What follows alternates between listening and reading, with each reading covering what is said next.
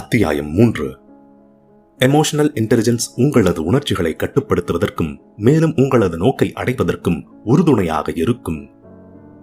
உங்களுடைய உணர்ச்சிகளை அதிகப்படுத்தாமல் அதனை எவ்வாறு சிறப்பாக கையாளுவது? உங்களுடைய உணர்வுகள் உங்களை கட்டுப்படுத்தாமல் சரியான விதத்தில் கொண்டு செல்வதற்கு உங்களுக்கு எமோஷனல் இன்டெலிஜென்ஸ் தேவைப்படும்.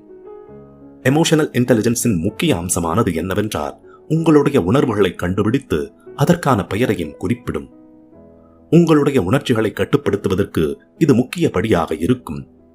உணர்வுகளை அடையாளம் கொள்ள முடியாத நபர்களுக்கு வன்முறையின் வெளிப்பாடானது அதிகமாக இருப்பதாக ஆய்வுகள் கூறுகின்றன. உங்களுடைய உணர்ச்சிகளை நீங்கள் கண்டுகொண்டதற்கு பின்பாக அது எதனால் விளைகிறது என்பதையும் நீங்கள் தெரிந்து கொள்ள வேண்டும். பெரும்பாலான நேரங்களில் உங்களுடைய உணர்வுகளானது அந்த சூழ்நிலையில் நீங்கள் எவ்வாறு யோசிக்கிறீர்கள் என்பதை பொறுத்து இருக்கும். உதாரணமாக, உங்களுடைய நண்பர் சாதாரணமாக வீதியில் நடக்கும் போது உங்களை கண்டுகொள்ளவில்லை என்றால் நீங்கள் உடனடியாக அவர் வேண்டுமென்றே உங்களை புறக்கணிப்பது போல் நினைத்துக் கொள்வீர்கள். இதனால் அது உங்களுக்கு அதிருப்தியை அல்லது கோபத்தை ஏற்படுத்தலாம். ஆனால் நீங்கள் அவர் உங்களை ஏன் கண்டுகொள்ளவில்லை என்பதை பற்றி யோசிப்பதை நிறுத்திவிட்டீர்கள் என்றால் கோபம் அடைவதற்கான காரணம் குறைவதற்கான வாய்ப்புகள் இருக்கின்றன.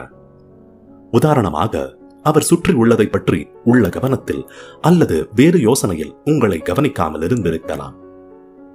நீங்கள் உங்கள் உணர்வுகளை கண்டறிந்து அதனை கையாள கற்றுக்கொண்டு விட்டீர்கள் என்றால் உங்களுடைய குறிக்கோளை அடைவதற்கு எமோஷனல் இன்டெலிஜென்ஸ் பயனுள்ளதாக இருக்கும். உதாரணமாக, யூனிவர்சிட்டிக்கு நீங்கள் ஒரு தலைப்பு தயார் செய்ய வேண்டும் என்று கற்பனை செய்து கொள்ளுங்கள். உங்களுக்கு அந்த தலைப்பில் ஆர்வமில்லை என்றால் நீங்கள் அதற்கு பதிலாக பிலிம் ஃபெஸ்டிவலுக்கு செல்வீர்கள்.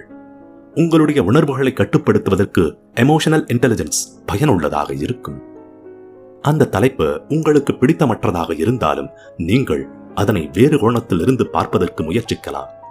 ஏதாவது ஒரு வகையில் அந்த தலைப்பு உங்களை உற்சாகப்படுத்தலாம்.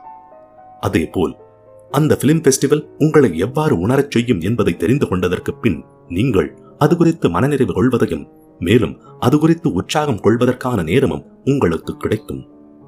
இதுபோன்ற வேலையை பயனுள்ளதாக மாற்றிக்கொள்ள தெரிந்த மாணவர்கள் அவர்களது IQ லெவல் சாதாரணமாக இருந்தாலும் பள்ளிகளில் சிறப்பாக செயல்படுவார்கள்.